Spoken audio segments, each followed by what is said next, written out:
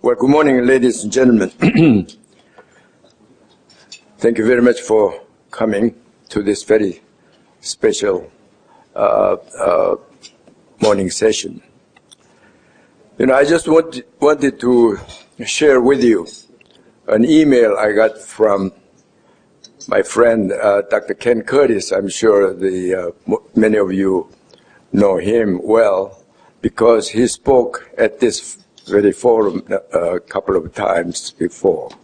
He is one of leading business economists in the U.S., and he was chief economist at Goldman Sachs and many other security firms. But anyway, before we begin, before I introduce our very special guest speaker, I just wanted to share with you the email which I got from Ken. What he was saying is that apparently he stayed in Shanghai over the weekend when the G20 finance ministers and governors meeting. So during his stay there, he talked to a number of senior U.S. Fed officials and the U.S. Treasury, the officials. And apparently they told him that the things are not as bad as markets are saying. And to a large extent, they thought that the markets are overreacting. Of course, markets are not always in sync with real economic activities. But in any case, there was the talk he had with these senior officials. I say this because we had Hung Tran last week, who portrayed the global economy really in a gloomy way. And nowadays you pick up newspapers or the media, they will find more pessimistic views than optimistic ones regarding the global economic situation. To a large extent, I suppose that is true. However, we should not overreact to the daily volatility and turbulences occurring in the financial market. Well, this morning we have a very special guest speaker who will share her insights and views on the global economy in a very balanced way. Particularly, she will focus on the U.S. economy, which is still the largest and the most important the economy in the world, and it is, so to speak, the first engine of the global economic growth, and she will tell us what is happening there, and then she'll give us the insights on the current state of our global economy. Professor Ann Kruger has been with us many times, so many of you, most of you know her already very well. She doesn't need a long introduction. I must say that she is considered to be one of the most respected economists and scholars, thinkers of our time. She served president of American Economic Association. That proves how her peers consider Ann Kruger. Well, she taught at major universities, Stanford University, MIT, Duke University, and then everywhere. And also, she's worked for IMF and World Bank. And in addition, she is a good friend of Korea and Korean people. She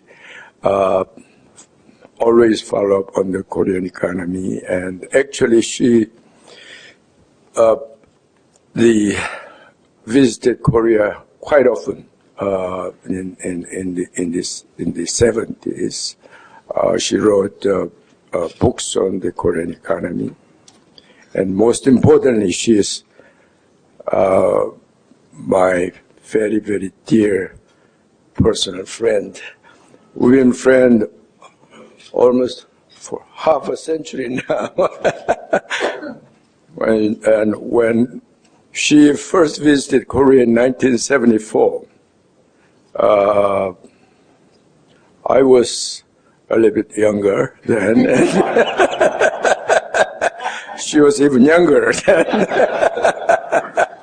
And anyway, we've been friends all those years, and I'm very glad to have her here again this morning. She is on her way to Tokyo to attend another meeting, so I grabbed her here to share her views. Please join me in thanking her. Thank you very much. It's always a great pleasure to be here in Korea, although I'm not sure I can possibly live up to that very nice introduction, so false advertising at least a little bit. But thank you very much for it. Over the years, I have been here quite a bit, and one thing I have to say is I have learned a lot from Korea and the Korean experience and the Korean economists, including Dr. Sagong and Dr. Nam and others with whom I have interacted. So it's been a benefit to me to come here and to learn how you are doing, and I'm glad to be back again.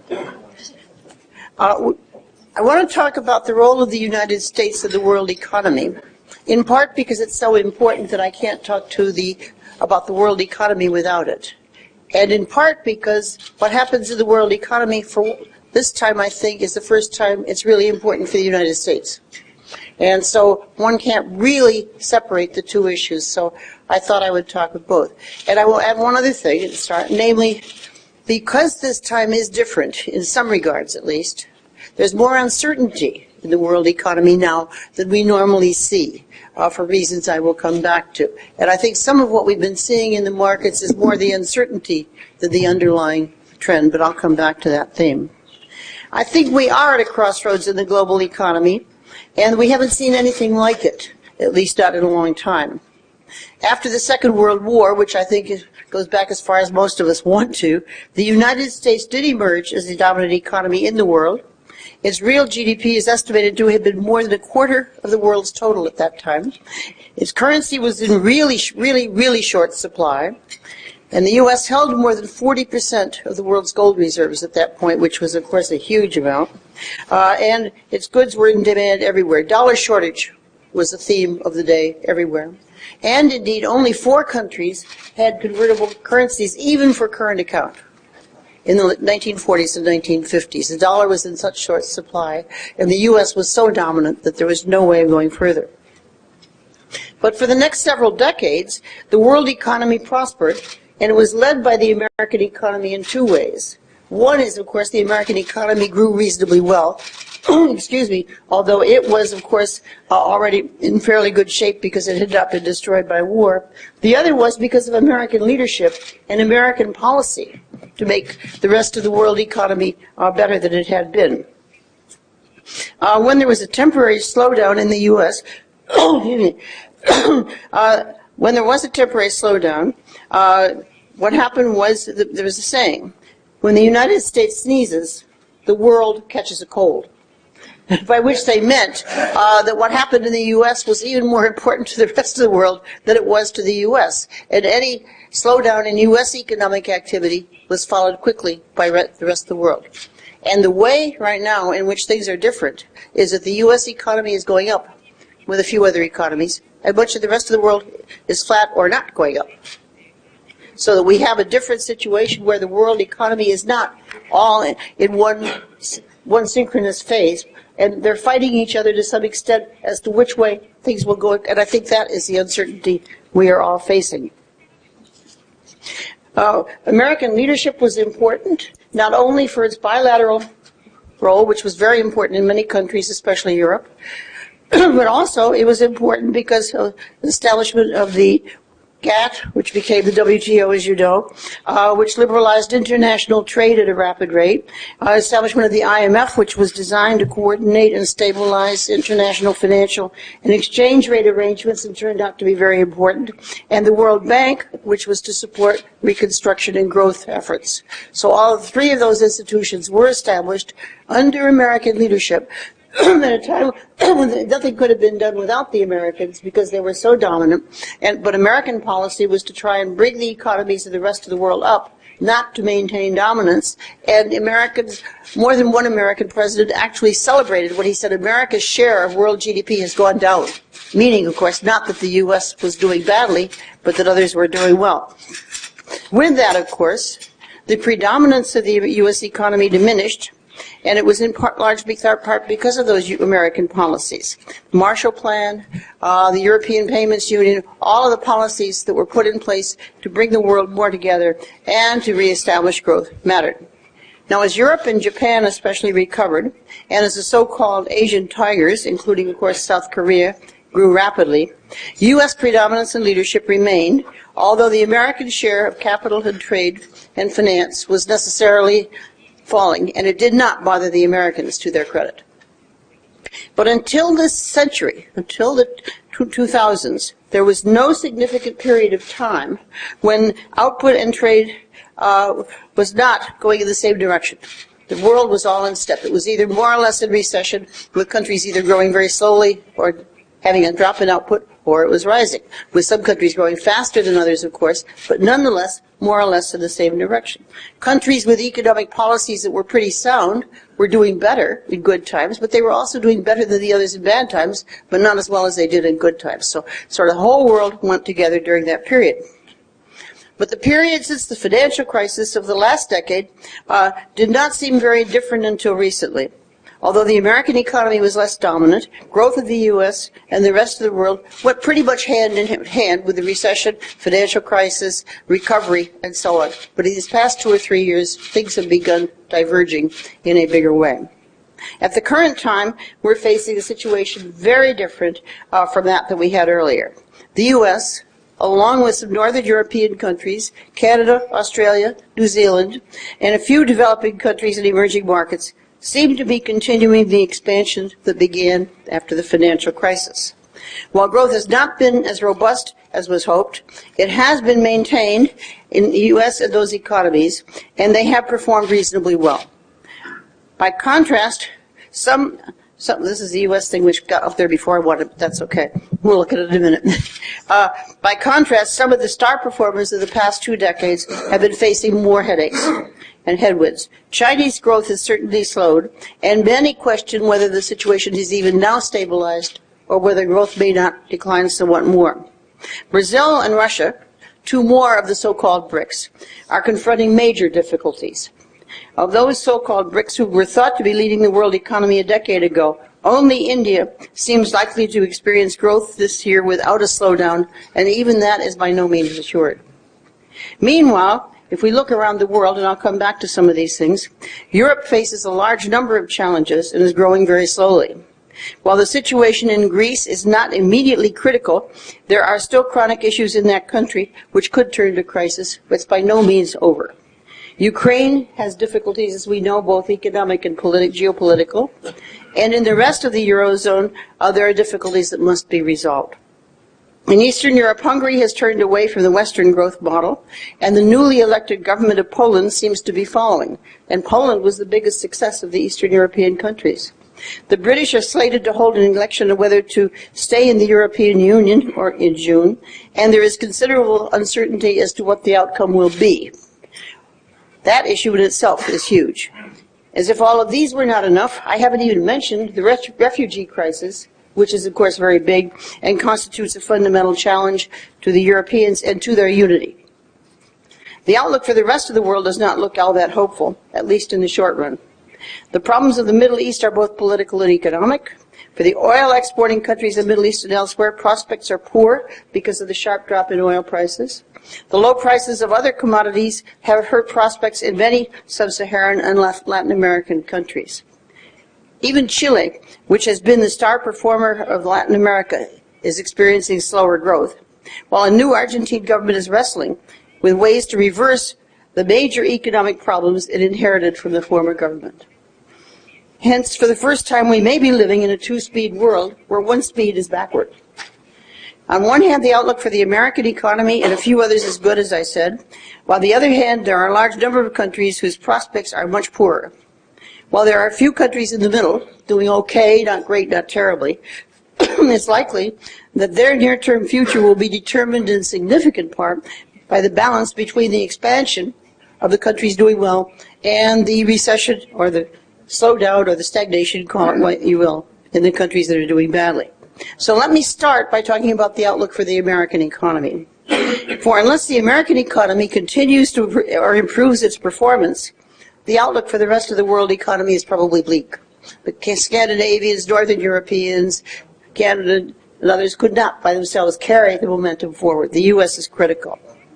If the American economy can sustain or improve at its current growth rate, there's at least a significant prospect that the rest of the world can improve in major ways and in the not-too-distant future. After examining American prospects in the short run, I want to turn to some of the strong negatives in the rest of the world and discuss them a bit more. And then I want to try and assess the balance between the expansionary and the recessionary forces. However, one of the biggest unknowns is the degree to which the malaise, the difficulties in the rest of the world, will affect the American economy. It's critical at this time. The American economy is much more integrated, and one of the big negatives, in fact probably the biggest negative or the downside and outlook for the U.S. is not within the U.S., it's the rest of the world. Until recent years, as I said, that couldn't have happened. It's a new question mark, and because it's new and because of the increased importance, it's harder to assess what the pressures will be and how strong they will be. But if they dim American economic growth, that's going, of course, to be very bad for the rest of the world, too. So turning to American prospects, as you know, the global financial crisis hit the American economy and financial system very hard. Real GDP in the United States fell over 3% from its peak in 2007 to its bottom in 2009. Since then, it has averaged about 2.5% growth per annum, which isn't huge, but it's not terrible either. It's kind of halfway in between. And since the economy had a number of challenges to which the recession responded, the outcome was probably better than what should have been expected. Recall that a major problem, sorry, sure. Okay, that's what, oh, I'm sorry. I've got to put it somewhere, though. Okay? Okay. A major problem, remember, that had been the construction and real estate boom in the United States. And it was a boom. It was a boom unlike anything we had seen for years and years.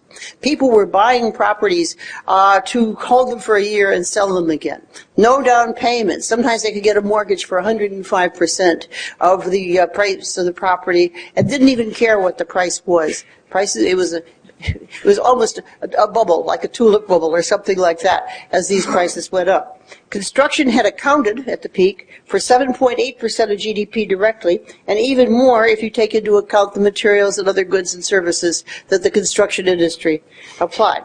There had been an overbuilding in the earlier part of the decade, and there had to be a significant drop in construction activity. Residential construction dropped from its high of over $800 billion annually in 2004 and 5 to less than half that amount by 2009, 2010, and 2011.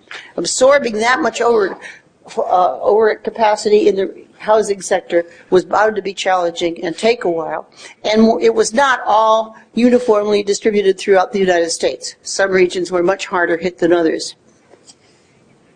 Employment directly in construction fell from 7.7 million people in 2006 to 5.5 million people in 2011, and even now has not reached back to its peak in 2006, which is probably a good thing. It was overbuilding at that time.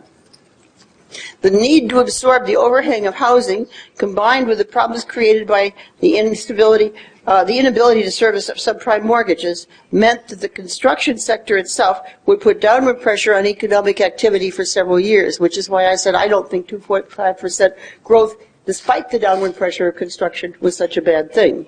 By contrast, investment in equipment fell only by about a quarter, and in intellectual property products, it fell hardly at all. So the decline in economic activity was not totally in construction. Part of it was, of course, just a spillover from it, but most of construction certainly was the hardest hit of any sector in the American economy.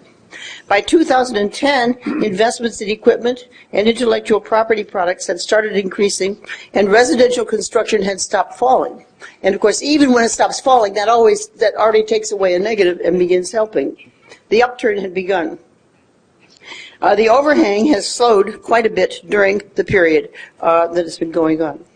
Over the next several years, economic activity accelerated, although residential construction did not reattain its earlier pace. By 2015, the housing market appears to have returned virtually to normal, although there are places, cities, states, where there's still a significant overhang of housing. It is not uniform throughout the country. Some places prices are starting to rise quite rapidly. Some places prices have stabilized. A few are still going down.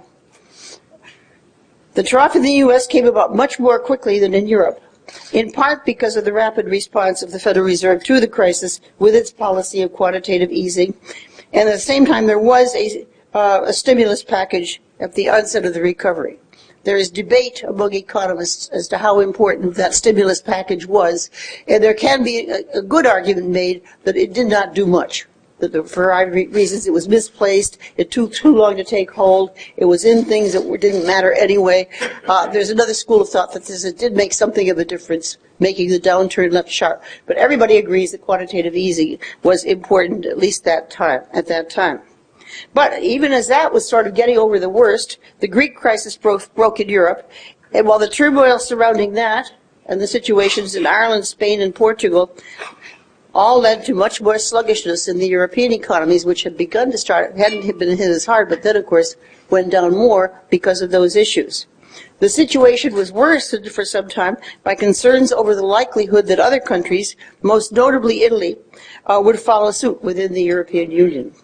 It should be noted that Europe's difficulties undoubtedly contributed at least a little to the relatively slow American recovery. The United States, once again, was recovering against the headwinds coming from Europe, not with them, instead of going in tandem as before. But it's very difficult to estimate how important that was.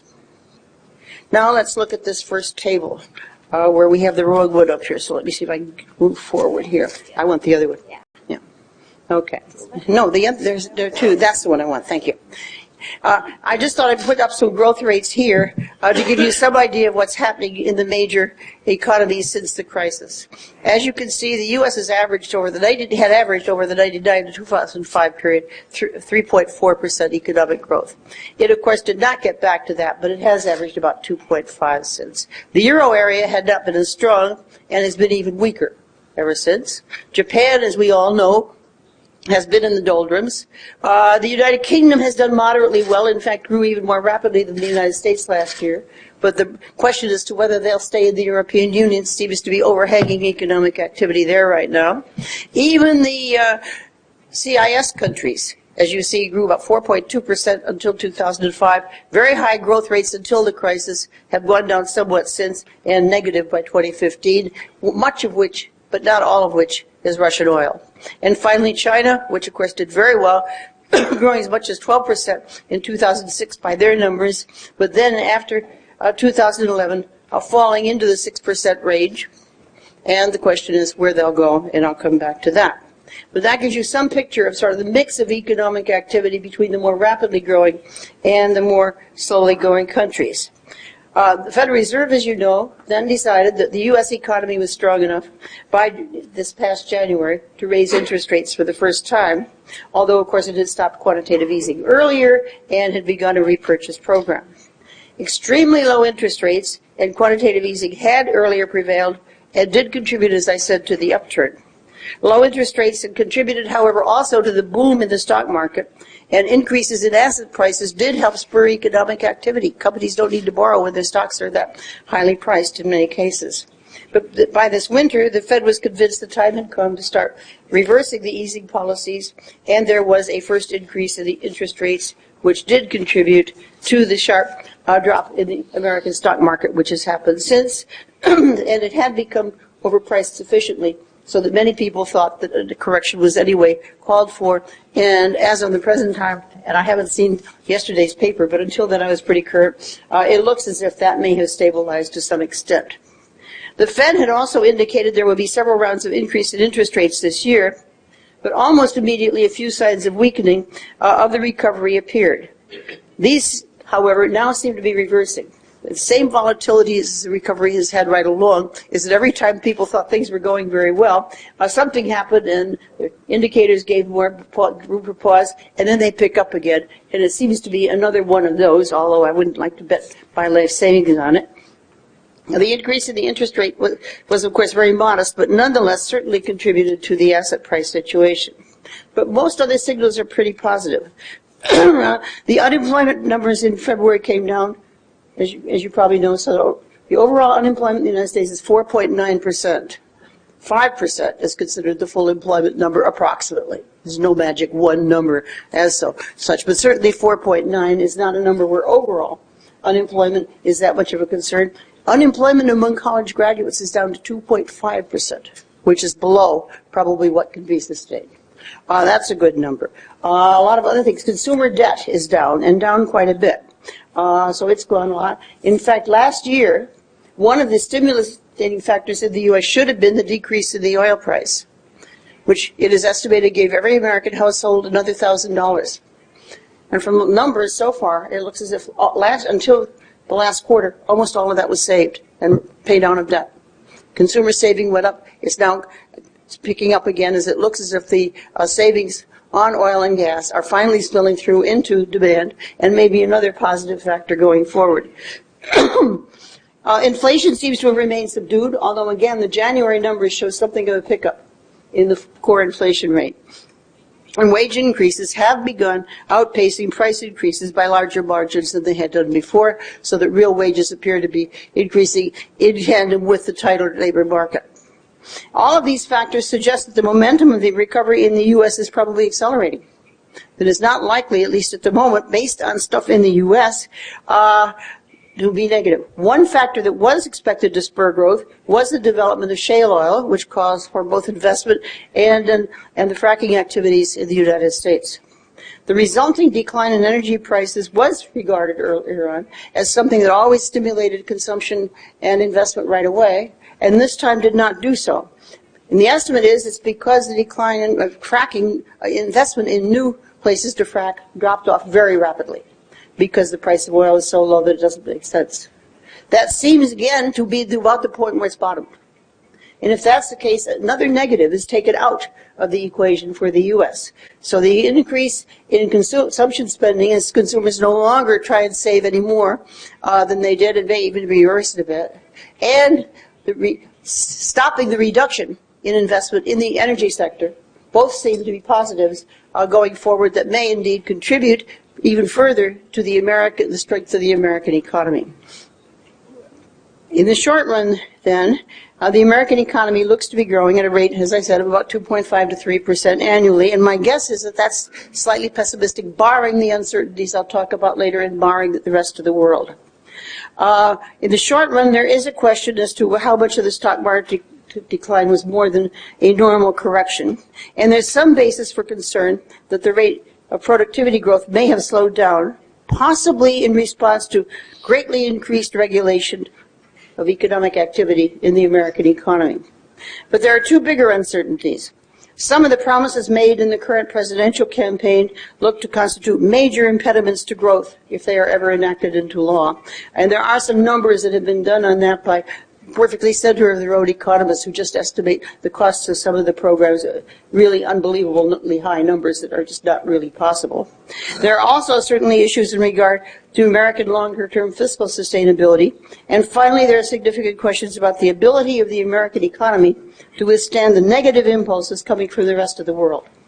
So let me talk about them first, and then come back at the end to these uncertainties and some of the longer-term questions, because I'm more optimistic in the short run than I am in the long run on the U.S. economy. Turning to the rest of the world, we need to take a look, I think, a little more closely at some of the things going on. The biggest single block, of course, is i.e. U.S. and the other countries are impressive, but European growth has been incredibly sluggish at best since the financial crisis. The crises in Ireland, Spain, Greece, and Portugal are well known. Italy, as I said, is a source of major concern for anybody who looks at the numbers. Their real GDP now is no greater than it was 15, 16, 17 years ago, and at the same time their public debt is already 130% of GDP, and the interest they are paying on it is rising. Most observers have viewed Italy as sort of the really critical question mark in terms of what will happen to the EU, even if everything else goes okay. With the debt-to-GDP ratio where it is, a fiscal deficit now, and no prospect of growth, at least in the short run that anybody can see, the Italian situation looms over the euro area, quite aside from anything else, and of course, the anything else is very much. Only in the last quarter of last year did Greece achieve a primary surplus, i.e. anything left over after its expenditures to pay interest, and that was a miserable 0.2% of GDP after 6 years of crisis. With Greece growing as slowly as it is, or even declining, that makes the debt burden go up again. There's no prospect at the moment, at least, that Greece will change its ways in such a way that it could begin bringing down debt to GDP at anything like a reasonable rate, at least in the short run. So you have to be very optimistic to think that Greece will go through and continue without making at least one more crisis within the EU that they have to do things about. The Greek situation right now, as I said, is chronic. It is not at all clear it will stay that way. And at the moment, the IMF team has left Greece. It's not coming back till the beginning of March. The IMF has said it will not give the next tranche of money which Greece needs until such time as the Greeks, for once, do what they promised to do. Whether they will do that or not is something that you could guess as well as I can. It's one of those things that I think is not something that any rational person can really figure out. But of course, a major threat to all the European economies is the migrant crisis. The longer-term effects of immigration to Europe will probably actually be positive on economic growth, because Europe obviously has been declining population, declining labor force, and all the evidence is that migrants are more productive on average. They take less welfare payments than the European native population and so on. But in the short run, it is disruptive both on economic and on political grounds. Politically, the migrant crisis is really tearing at the fabric of not only the Euro area, but the European Union as a whole. Many observers think that the current closing of borders would lead to the abandonment of the Schengen arrangement. And if that happens, that could be the beginning of the unraveling of other integrative deals that they have already cut together. To add to those concerns, the politics in Eastern Europe, as I said, seem to have turned away from the economic policies that enabled such success over the past decade and a half. Hungary is the worst, but the most shocking in some ways is Poland, because it was the most successful of the Eastern European countries in terms of its transition and the policies they adopted and how well it did for a while. So there are question marks even there, and of course I don't need to mention Ukraine, where we have the civil war and the Russians and everybody else involved in that. Now, if that weren't enough, I said one of the countries that has done well has been the UK. The numbers are up here. But depending on the outcome, the British referendum in June of this year asking voters whether they want to remain in the EU is vitally important. All analysts believe that if the Brexit, i.e. the British exit, turns negative, i.e. the vote comes out to leave the European Union, that will be a significant negative blow not only for the Brits but also for the rest of the European continent. And not only that, should that happen, it would probably spur another Scottish referendum and might well spur not only Wales, but also Northern Ireland. So the prospects for part of this more rapidly growing part of the world are not all that great if the Brexit referendum is negative. Now, the odds makers still think that Brexit will not be voted in, but they're giving very close odds. They are not saying, well, it's 74-30 or something. They are saying 53-47. And numbers like that. Now, those numbers fluctuate, and I certainly don't want to be quoted as saying that they're going to Brexit, because I don't think they will, but it is a close call, and it is a worry, and it is contributing to uncertainty at the present time. Europe is, of course, large enough. The sluggish growth itself depresses economic activity, including in the United States, elsewhere in the world. In fact, many of the company profits reports in the U.S., where the profits are down, if you break out the part attributable to the rest of the world from that of Europe, Europe has been the big downward pressure on American companies' profits in the world market. But the outlook is equally unfavorable in the Middle East, with its combination of political difficulties, inappropriate economic policies, and they are inappropriate, and the low price of oil. Turkey, which was the most rapidly growing country in Europe in the latter part of the last decade, is now experiencing difficulties, both because of inappropriate policies and because itself a neighbor of the Middle East. Refugees have been pouring in huge numbers, and because other inflationary pressures. I think their current account deficit is up to 10% of GDP last I looked. So there's another one where we had some positive stimulus in the last century and it's turned around quite drastically. Russia did not get its reforms far enough along to develop a healthy, non-natural resource sector that would integrate with the world economy. Oil and natural gas still constitute over 80% of total exports and a huge percentage of GDP. And Russia is hard hit by, of course, the drop in the oil price. Its exchange rate has depreciated, I think, by now 70% in 1 year, which is huge. And living standards, which rose rapidly in the period from 2003 to 2010, are now back to the early levels of 2001 to 2003. All of that gain has been lost. The range of estimates for real GDP in 2016 in Russia go from zero growth to minus 5%. No positive numbers are in any estimates that I have seen. Part of it, as I said, has been the tendency of the government to pull in more economic activity, put in more controls, and remove some of the reforms they had made earlier. But a lot of it, of course, is the oil price. Both things are involved. Now, China doesn't seem in danger of negative growth, but as somebody pointed out early on, and I think, as you know, in this country, if you've been growing at 10, 11, or 12%, and growth suddenly shutters down to 5 or 6%, that 6 or 5% drop in growth rate is as hard on the economy as a recession is in economies where they drop from 3% to minus 3, which is what the U.S. did. So, in effect, the slowdown in China has already been a factor that has affected the rest of us, and certainly it has affected Korea, from what I hear, but also even the U.S., where our exports to China are down, as are everybody else's.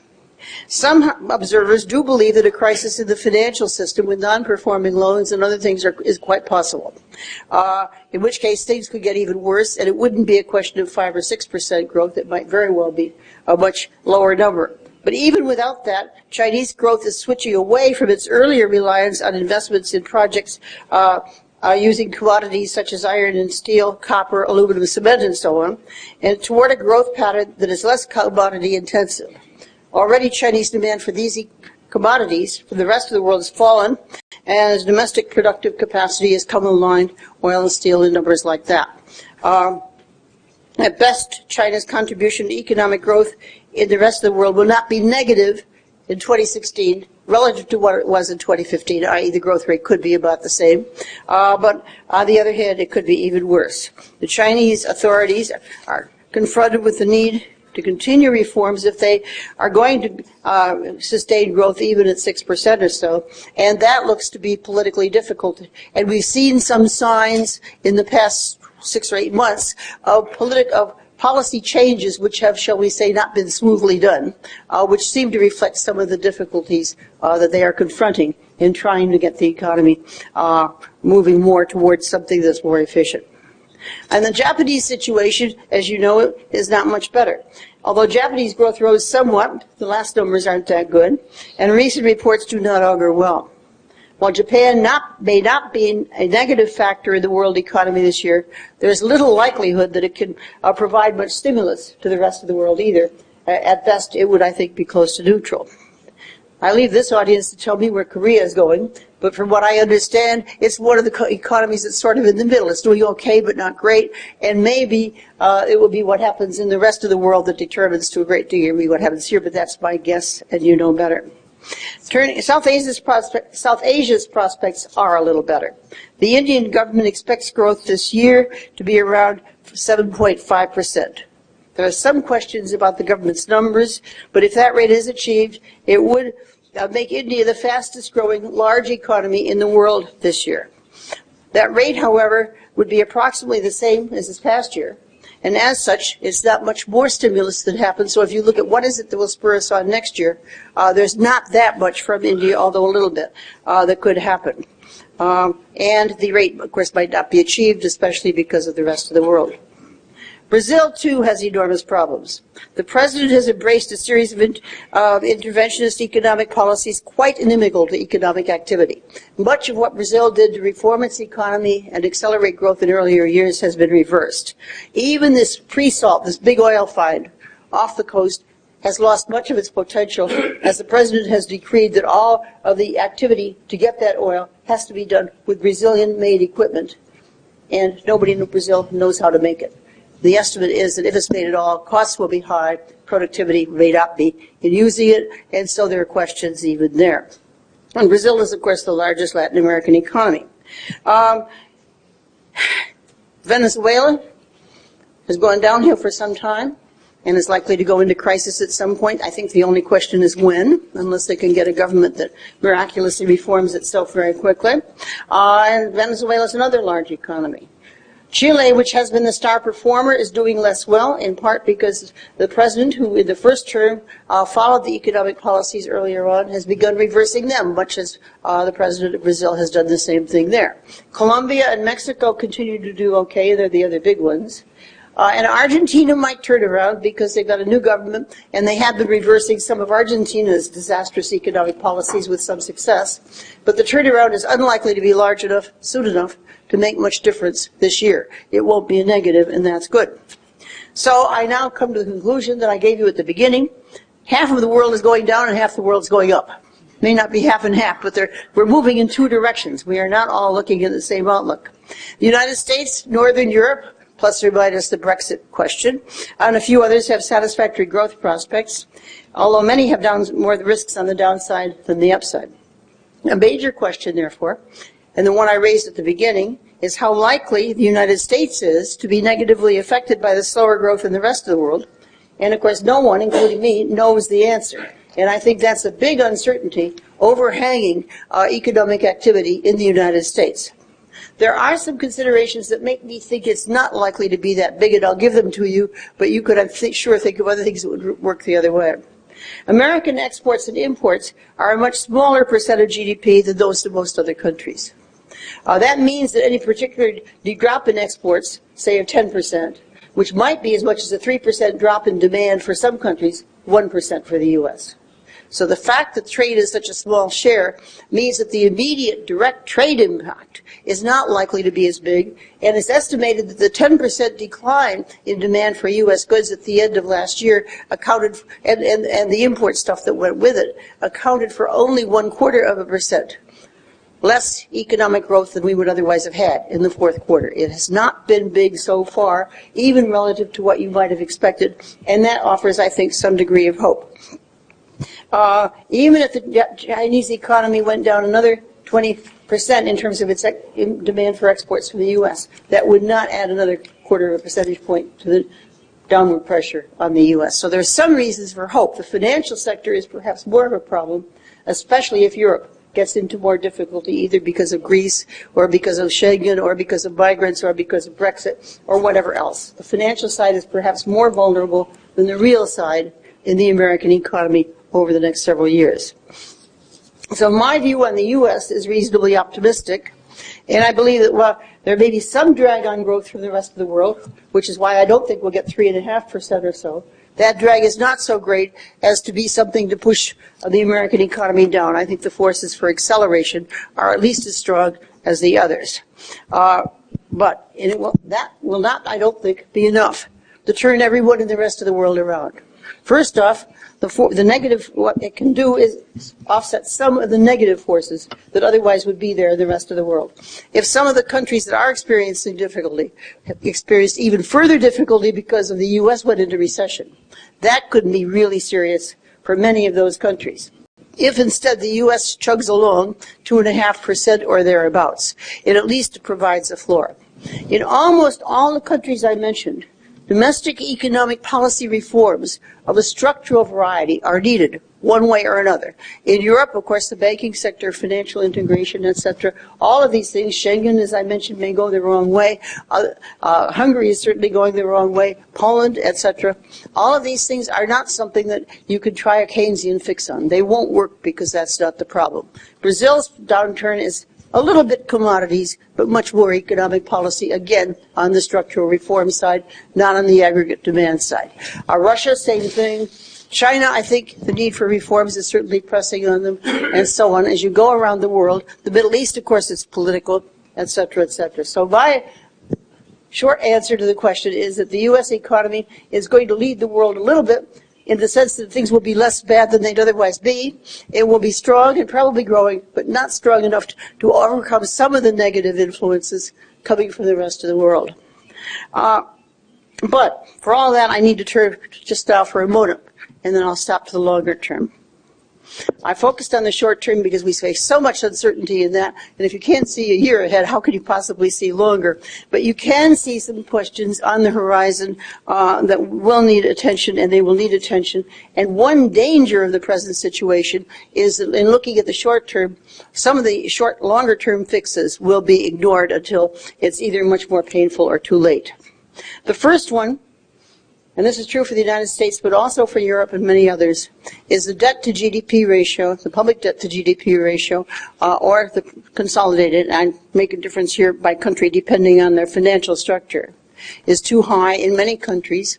And given demographic prospects, the likelihood is that without action, it will get worse. The United States is a case in point. U.S. public debt at the 2000 was about 35% of GDP. It's now 65, 70, depending on how you count. And if we go on with current entitlements, current expenditure and tax plans, and current expected growth CBO numbers, we'll be up over 100 by 2025. Obviously, Japan can do it. Maybe the United States can too. It's not a risk I would like to take. It would certainly be a drag on economic activity. There would certainly be crowding out. Interest rates would almost surely have to rise with that level of debt. All of those things would be negative for growth otherwise. And certainly getting to some kind of a fix now, or a plan to fix it that's credible and that will be sustained, is important for the longer term prospects of the American economy and the world economy. And the same, of course, is true for other countries where the debt is large. Japan has managed its very large debt for a very long time. Part of the reason why is that Japanese debt is held by Japanese citizens. Very little of it is held abroad. It's all in yen. Half of U.S. net debt is held by foreigners, and that makes a big difference in terms of what can happen and how it can be addressed. But that's only one of the risks. A second one, which misses the headlines all the time and is really too bad because it's important, is trade. You know the Doha round was not completed, which is itself a negative for the world economy. There are huge gains to be made in the future years if we can get liberalization and integration of trade and services, and in agriculture, with services being more important, but agriculture not unimportant. If instead we go along a current path and do nothing with regard to those, it is highly likely that protectionist pressures will increase.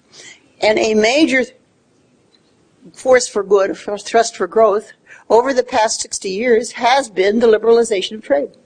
If that is not continued, given that services are growing more rapidly than manufacturing in almost all countries except the very poor, and given that services have been an increasingly important part of trade in goods and services over the years, and given that the potential for increasing efficiency in services with liberalization is so high, to miss that opportunity, excuse me, or fail to start taking advantage of it, is, I think, a tragedy in the longer term for the world, and would certainly be a negative for growth relative to what it could be for the world economy.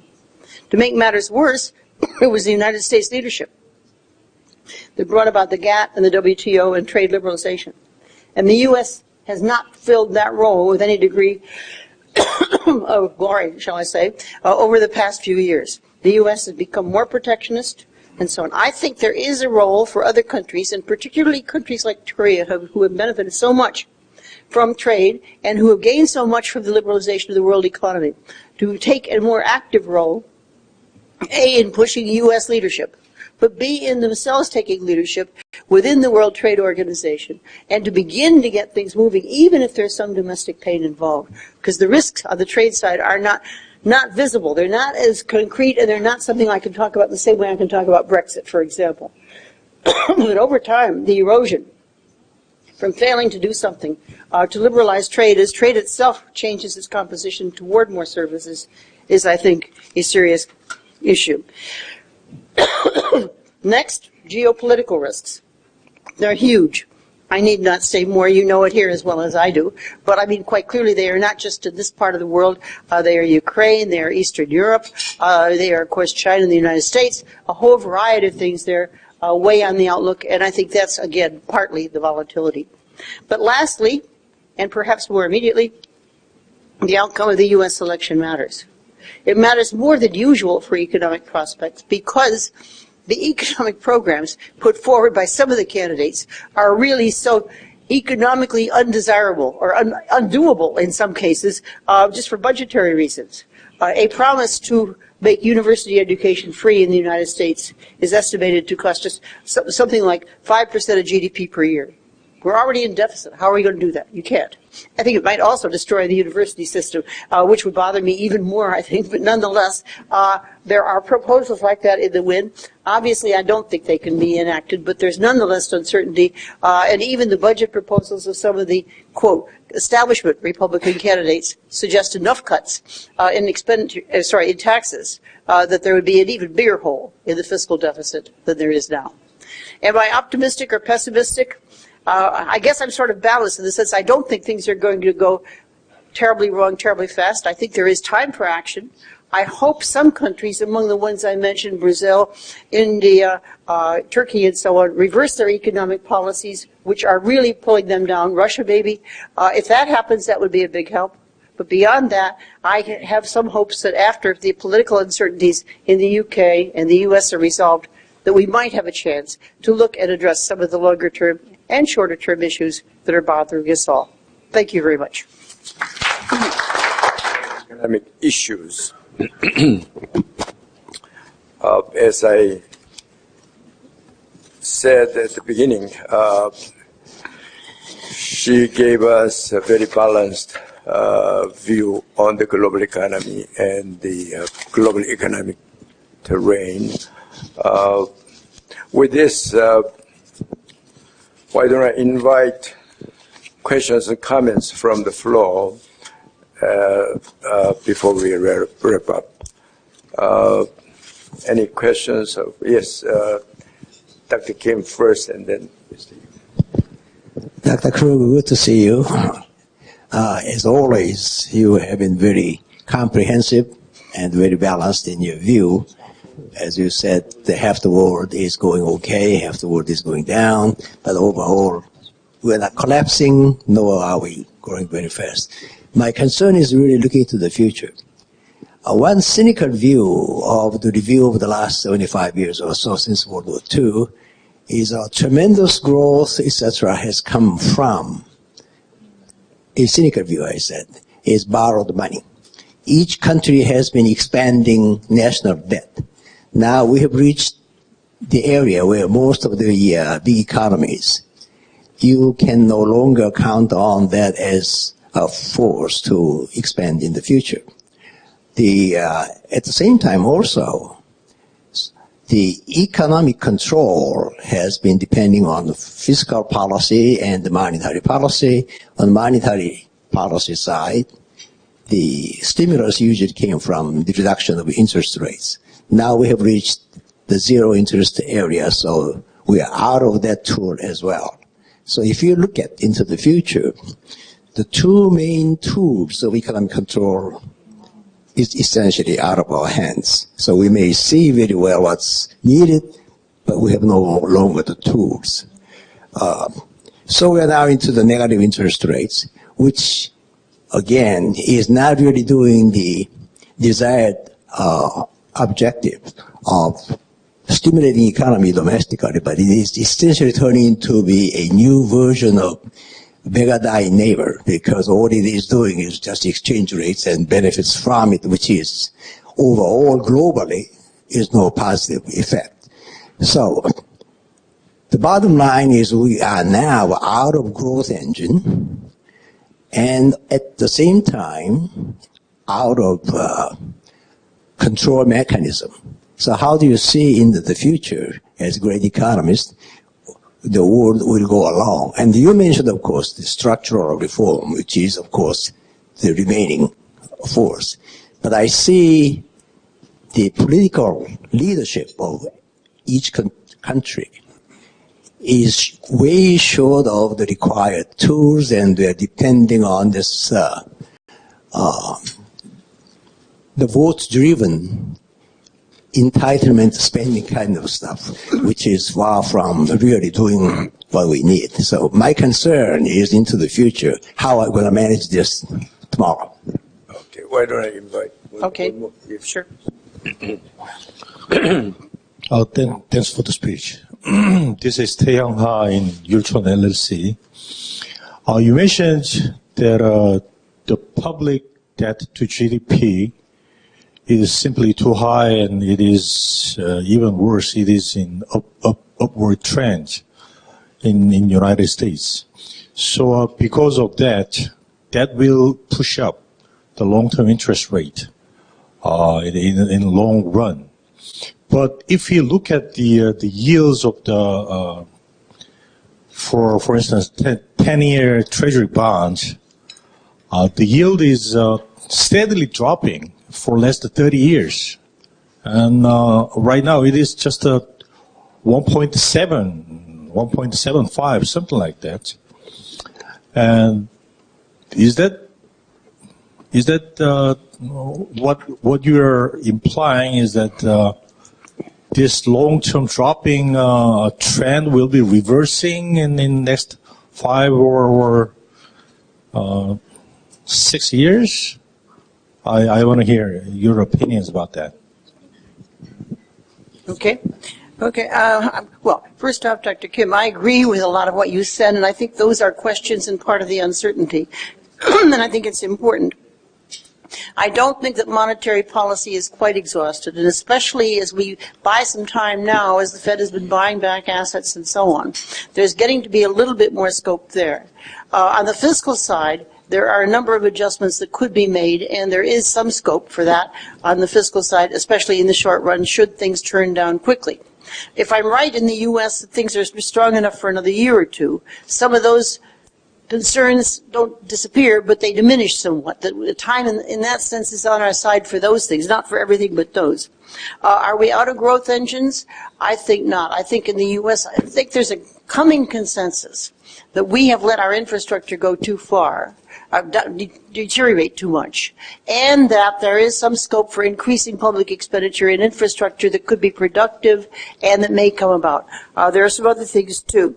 The energy price decrease should certainly be stimulative of economic activity. And remember in 1973, the doom and gloom forecasts after the energy price rose. The difference this time has been the fracking investment, which offsets some of the decline, at least for a while, because you don't just stop in the middle. But now that seems to be coming to an end, and I think we'll see a little bit more stimulus from that than anybody expected. But I also agree with one other thing you said, but let me elaborate it because it's important. In my view, there is increasing evidence that in most of the rich countries, and most of the emerging markets even, the regulation of labor markets has gone ahead of productivity too far. I don't think we want totally free labor markets. We don't want employers firing people at random and so on, but the rigidity in labor markets is clearly a problem. I think one piece of evidence is Germany, where they were in real trouble in 2000, 2001, 2002. The Schröder reforms in the labor market were painful for Germany, and everybody now says how strong a German economy is. Well, it's strong because it did reform and it did increase flexibility. Was that enough of an increase? Nobody knows. It depends on what happened. But many countries have experienced negative pressures at a time when then their labor markets regulations began to bite. And they bite in ways that really make a difference negatively. And my guess is that the next big push internationally where it becomes recognized that the labor markets really need to work a little better than they now do. Maybe easing it for workers, maybe more retraining programs. I don't mean just throwing the workers to the winds, but things that will increase productivity and at the same time smooth the functioning of the labor market. My guess is that's the essential one in most countries. In some, it's actually land restrictions. Land restrictions in many countries are, in India is a case of, I think, real point, where the land restrictions are bad enough that they're really thwarting investments that could otherwise happen and would otherwise be profitable. I remember what happened when the Tatas wanted to start the nano car. They had bought the land, they were all set to go, and there were such riots and demonstrations about the land that they had to back off that particular plan and that particular project. And that's not alone. In India, land restrictions are really a problem, and in some other countries they are too. My guess is they are in Tokyo, for example. I don't know the land market that well, but just driving around and see these things that were clearly built 200 years ago of one-story structures that hold maybe several kinds of cigarettes and a little bit more, and skyscrapers on both sides. You have to wonder if there aren't restrictions there that are stifling some things, but I don't know that. So there are questions, I think, in terms of structural reforms. They're different in different countries. I don't think they're the same everywhere. A minimum wage that's set at a realistic level is probably a good thing. A minimum wage that's too high is a very bad thing. Finding what the realistic level is quite clearly country specific. And I could go on. There's a lot of that. So I think we do need to pay more attention to structural reforms. I think the notion, especially in Europe, that it's all just Keynesian and we need more aggregate demand is really misleading. When we've had a recession and when we've had things going on this long. I think there are structural reforms that are needed. Okay, what about the yields on what's going to happen in the debt to GDP ratio in the U.S.? How will they go? Well, obviously, if I knew, I'd sell you the information for a lot of money. I don't know. My instinct is to say that 5 years from now we'll see a higher nominal and real interest rate led by the U.S., but I can't prove it. You can't prove it.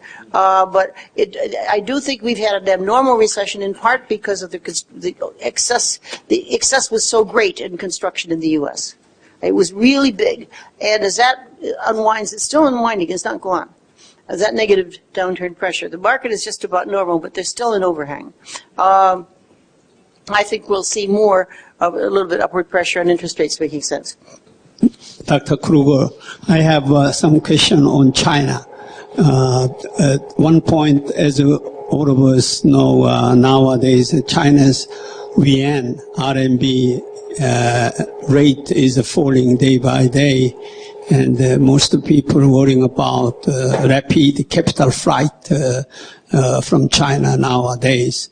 Maybe that attributable to the high average debt ratio in China, in between, the ambitious outwarded investment and the whole through expansion have come to the excess capacity in China is nowadays most problematic. Therefore, I'm asking you your view how China will manage of this high debt ratio and coming down of such a weakened foreign exchange market, and also including stock market, that whole included. And we don't know how China will go on in that direction. So if you have any view or comment, that will be appreciated. Thank you. Yeah, I'm not an expert on China, to say the least, but I can say some things. One of which is, I don't think it's the debt to GDP is so high in China yet. It might get there, but it's not. But the non-performing loans, that's high. But the increase in non-performing loans, it seems to me, is more of an issue, and more likely to come and bite them sooner. I think it's in the banking system that we're likely to see the problems rather than in that debt market. Now, it's certainly true that the renminbi has been depreciating. It's certainly true there's capital flight. By one estimate, it's $100 billion a month right now. They've still got a lot of reserves, but it's big. Whether they have the tools to contain that, whether they should contain it is a question, but whether they have the tools even if they want to contain it is a question. In my view, the Chinese authorities have been walking a tightrope for years and years, in the sense that there was so much potential to make a mistake in an economy that complex as it grew. And so far, they've done remarkably well, in my judgment, in sort of finding a path along which they could go that did not have them falling off one side or the other. They've done well enough of that that I have some hope that they could do it again. But the problems are getting more complex as the economy gets bigger and more complex. And as that happens, there's more issues. So I don't have an answer for you, but no, I'm sure the authorities themselves don't have an answer for you. I'm sure they're going to try to address the issues. They do have to address some fundamental reforms, and those are politically resisted very strongly, as you know, by certain groups in China. So I think once again we'll have the political, even though it's not exactly a democracy, there's still political pressures. And so I think China's got a tough road for a couple of years. If they either could get the reforms moving again, that would help them. If they could address the banking issue, that would help them. If they can somehow see that putting on more controls will not help the capital account, I think you'd see less of a depreciation of the renminbi, but I don't know that. Any other comments? Yeah, okay. Yes. GDP number you showed for China was about half a point lower than Chinese published number. You quoted it as the president's economic report. Do you know what the adjustment factor is? How to bring it down? No idea. I wanted something that was at least regarded as more or less comparable across countries, so I took the economic report of the president, not because I think that's the best number for any one country, but because I thought overall it gave the relativities somewhat better. I may be wrong in that, but it also gives more recent numbers than many other sources, so that there are other sources that may be better for the 2014 number by 2018, but we need it now. I have one question. I am good at speaking English. Could you anyone translate this answer? Yeah. Yes. In Korean. 크루거 박사님 강연 굉장히 잘 들었는데요. 원론적으로 이야기하신 부분들은 다 이해가 가는데 한국의 그 자유무역 그러니까 무역의 자유화를 조금 더 강화할 필요가 있다라는 말이 있었어요. 그러니까 전 세계적으로 그렇다는 것인지 아니면은 한국 경제의 발전이나 성장을 위해서 그렇다는 것인지 그 근거와 함께 좀 이야기를 해주시면 좋을 것 같습니다. She said that you mentioned in your presentation trade liberalization. Is it for Korea in particular, or she's asking what are the main reasons for it? Or is it just your recommendation for the global trade liberalization, which you mentioned in connection with the Doha round? But Yeah. her question is whether you have Korea in mind. No, I had the world in mind, including Korea, of course, but not only Korea. I mean, the world trading system is terribly important to Korea. It has been weakened by the failure of the Doha round to be completed. And therefore, I think it's very much in Korea's interest to support and, in fact, take some leadership, as you tried to do a few years ago, in getting the major countries of the world once again to recognize that they're in the same boat and have a common interest. That said, I haven't looked at all the Korean numbers recently, but my impression is that Korea would benefit greatly by beginning to liberalize some services quite quickly. And, of course, there are things still to be done in agriculture, as everybody in this room knows better than I do. Okay. Any other questions? Okay, thank you, Doctor, for your speech. I'm a reporter at Arirang TV in Seoul. My question is, you're very optimistic about the U.S. economy, and the Fed's decision to raise hikes has been very data dependent in the past. So how far do you see the rates going up in the future, and how will this play out for the global economy, especially emerging markets? Well, how much rates go up depend on how the recovery proceeds. If the recovery proceeds as about, I would judge, meaning that we get more and more of the overhang from housing behind us, but as more and more pressures rise on the inflation, the nominal rate of interest, I think, is going to go up somewhat more rapidly than the real rate. And if the real rate stays at about 2.5%, I would see a rate of 3 to 3.5 at least in the nominal rate within a couple of years. The Fed has said they are going to make 4 raises of about 1/4 percentage point each this year, which would get the rate up to about 1 to 1.25% at the end of this year in the short-term rate. But what happens in the long-term market depends on many other things, and at the moment there does not seem to be that much demand for long-term funds. Companies are awash with cash, as you know, so that might take a little longer. But all of this is really, to some extent, very much dependent on what happens in other markets, what happens in the rest of the world. And as I said, Brexit is a major one. The geopolitical is major. Even sort of what happens with the new administration in the United States and how its economic policies change from what is now will make a big difference. If the American economy, for some reason, were to get too much inflationary pressure too fast, nominal interest rates will go up much faster. So it's still a matter of judging some of the other things because the interest rate is going to play into that, I think. 여러 가지 리스크에 대해서도 말씀해 주셨는데 우리 박사님께서 보시기에 전 세계적으로 가장 큰 리스크가 무엇인지 그게 궁금합니다. Well, there are 2 definitions of great. One is the greatest damage to the economy, and the other is that probability that something will happen. And I think they're different in this case. Obviously, in terms of the risk to the global economy and how much damage it could do to world GDP, some of the geopolitical risks, which I do not regard as the highest probability of happening, would be the most damaging if they happened. So, quite clearly, if there's some kind of major escalation of confrontation, Syria, Ukraine, Russia, etc., in that area, the damage would be huge. But the probability of that not being contained isn't that high. So in that sense, I think it's the most damaging risk, but not necessarily the greatest. I guess on the side of what's the greatest in terms of the greatest likelihood, that's harder. I mean, it's almost certain that there will be another crisis in Greece. But when it happens and how damaging it will be is much less important. So I guess I'll put that one aside and say, I guess, whether the European Union holds and the Eurozone hold together is probably the biggest economic risk. Well, Brexit is big too, of course. Although, of course, the European Union and the EU are holding together. That comes under that heading. So I was trying to group those together because it's all Europe. So I'd say this, probably what happens in Europe is the biggest downside risk for the global economy in the sense of something, a probability that it might happen, not in the sense of the size of it relative to some others. Well, at least she didn't mention that China will have hard landing.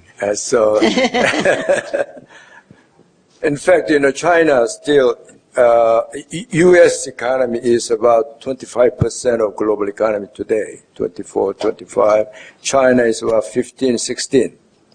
And in fact, after the Great Recession of 2007 and 8, Chinese economy accounted for about 1/3 of global growth.